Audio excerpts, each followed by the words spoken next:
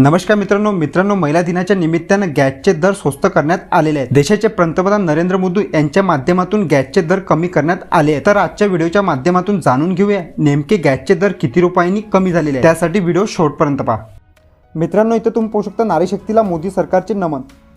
त्यानंतर मित्रांनो, इथे खाली पाहू शकता जागतिक महिला दिनाच्या निमित्तानं गॅस सिलेंडरची किंमत तब्बल 100 रुपयांनी कमी करण्यात आली आहे।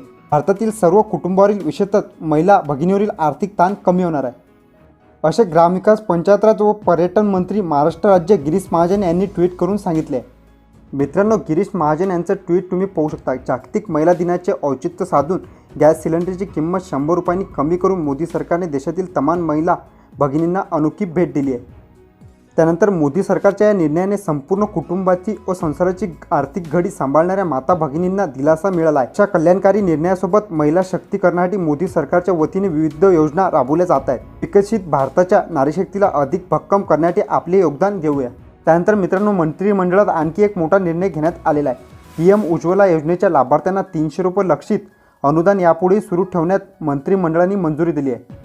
10,27 कोटी पीएम उज्ज्वला योजनेच्या लाभार्थ्यांना थेट त्यांच्या खात्यात अनुदान मिळणार आहे। म्हणजेच यापुढेही तुम्हाला 300 रुपये अनुदान जे आहे ते सुरू राहणार आहे।